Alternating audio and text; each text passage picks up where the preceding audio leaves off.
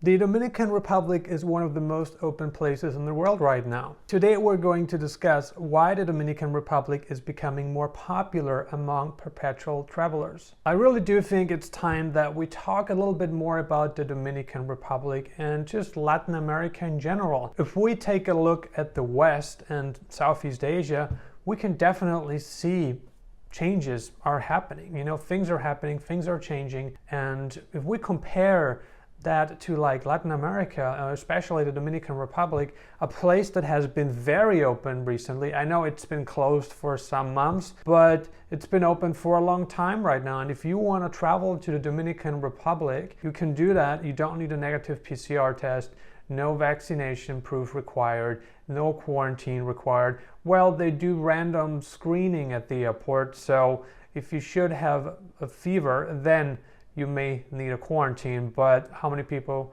will have a fever, right? So it's not very probable that you will need to quarantine if you go to the Dominican Republic. From what we can see is that there are places that are fully open that say, hey, you know what? We have tried containing the virus, we failed, and we're also not going to obey by certain laws that are being pushed onto us by other countries or governments.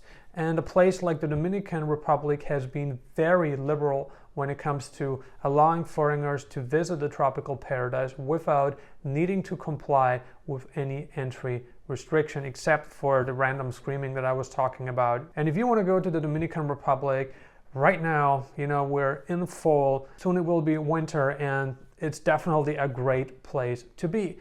The climate's going to be perfect. It's going to be tropical, very warm. You'll have access to an unlimited amount of beautiful beaches. There's a lot to do. You can go snorkeling, scuba diving. There's just a lot that the country has to offer. It offers very reasonable cost of living. And if you are a single guy, guess what?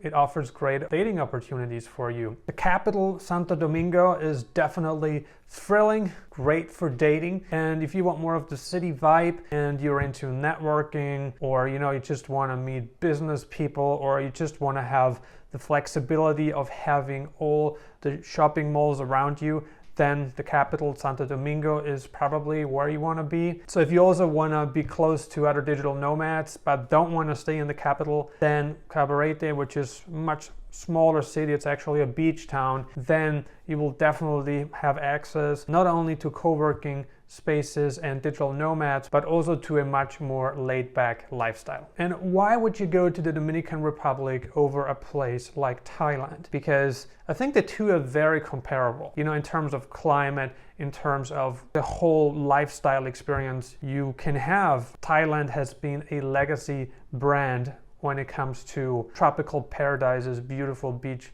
vacations, but really so has the Dominican Republic been a really phenomenal place. And you can take a look at Punta Cana. It's full of beautiful resorts, gorgeous beaches, and it just has a lot to offer. Now, why a lot of people still preferred, I should say, because times have changed. The reason why a lot of foreigners have preferred going to the Southeast Asia region versus going to the Caribbean is, first of all, Southeast Asia, generally speaking, is much cheaper than the Caribbean. And, in the Caribbean, the only really cheap country that you have is the Dominican Republic. And in Southeast Asia, before the whole pandemic started, of course, everything was open, so a lot of people went to Thailand, spent a couple months there. Maybe they applied for a visa beforehand, went to Thailand, stayed for a month to 3 months. Then they went on to another country like Cambodia, Vietnam, Philippines, Malaysia, Indonesia, doesn't matter. They were able to travel around Southeast Asia on a tourist visa. And that's how perpetual travelers lived in Southeast Asia over the past decade, up until spring 2020. That's when, poo-poo hit the fan. And right now, it doesn't appear like the Southeast Asia routine could be possible again in the future. I think with the introduction of vaccine passports, it will become increasingly more difficult to have the same travel flexibility that we had before. Because anytime there's a new outbreak, they're going to lock you down again. And it's not going to be a lot of fun living in those places, knowing that maybe you're there on a tourist visa, but what happens if you should be in the country when a new variant pops up, or when the government decides, you know what, we are having too many cases right now, let's shut this whole thing down again. Where do you go? What do you do if all other countries in the region are closed? In comparison, you won't have that issue in Latin America, because from what we can see, the most open countries in the entire world happen to be in Latin America right now. We're talking the Dominican Republic, Colombia, and also a place like Mexico. You know, should there be an issue in the Dominican Republic, well, guess what? You can take a flight to Mexico or Colombia. And we definitely see a lot of positive progress in that region. So I think if there is a problem with one country, which doesn't appear to be likely at this point, because like I said earlier on, it just looks like the countries on that side of the world have decided, hey, you know what? We keep things open. We don't want to restrain people from coming in. We want our economy and our people to prosper, so we keep things open. On the other side of the world, in Southeast Asia, things look very differently right now. And it's very difficult to predict how things will end over there, because it's just not the same congruency. If you take a look at a place like Thailand has been changing policies. They have been changing their opinion every other day. How can you feel comfortable as a foreigner wanting to travel to Thailand, not knowing what the expectations will be tomorrow? I personally don't feel comfortable with that. Plus, I'm an entrepreneur, so I don't like being told what I can and what I can't do. And I know there's a lot of people that think like me, but there's also people that have girlfriends, wives, and children in Southeast Asia. And for them, yeah, that's definitely where they want to be. But for the single guys, the single girls under us, you know, this is maybe not the best place to be right now. And we don't know if and when it will be the place that it was before. It's very difficult to predict. So what are you waiting for? Are you waiting for Southeast Asia to open up, like to hope that everything will be as normal again, which could take years? Or would you rather try a different part of the world, knowing that things are going to be more open? The Dominican Republic is really a great place when it comes to living in the country on a tourist visa.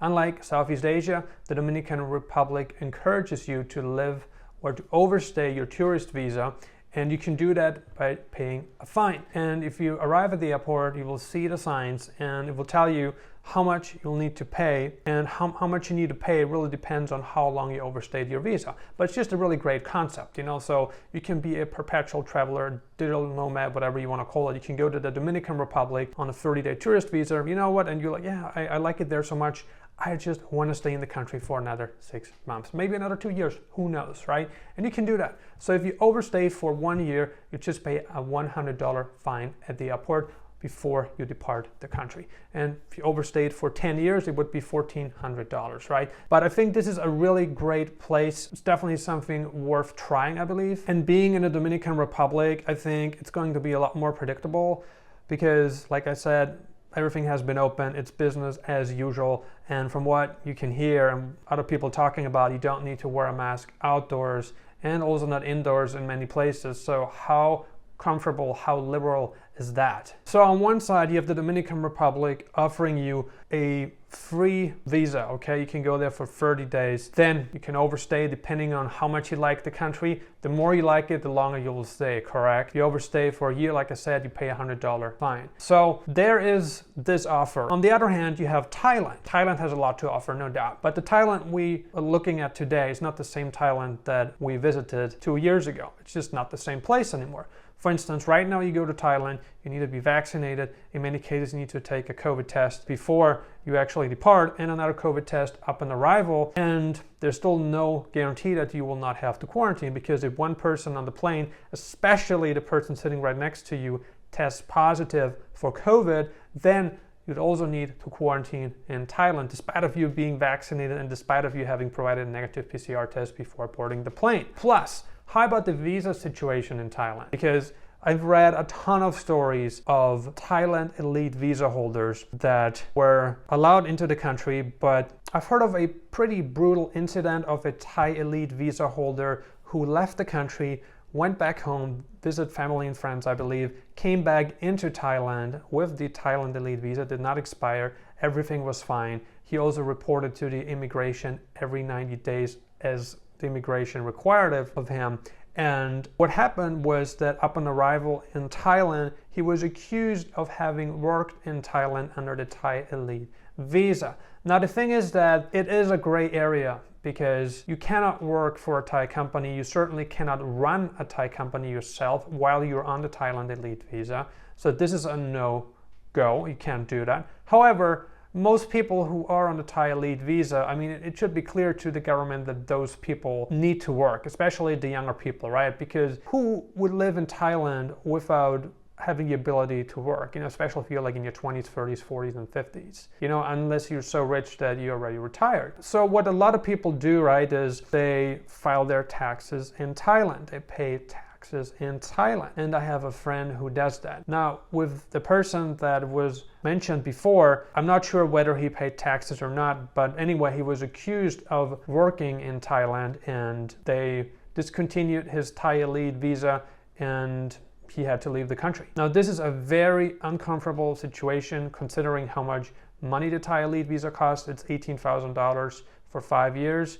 And if you want to do the 20-year visa, it's $30,000, depending on the Thai baht to USD conversion rate. But anyway, you get the point, right? So the Dominican Republic offers you to go to the country and you could stay for 5 years and probably only pay a few $100s in overstay fees. And then knowing that the Dominican Republic, the government of the Dominican Republic will not change its visa policies. Maybe they could increase fees slightly, but it's still not that likely for them to do because they haven't really done that. However, there's just a whole other level of comfort knowing that, okay, this government is more predictable than that government. And that is something that people are looking for right now. People don't want to go to a place where they don't know what will happen a week from now. People want to be certain. People want to feel comfortable. And being in Southeast Asia right now is everything but comfortable. What do you think about the Dominican Republic? Do you think it is a country worth visiting? Have you lived in the Dominican Republic? If so, what is your experience?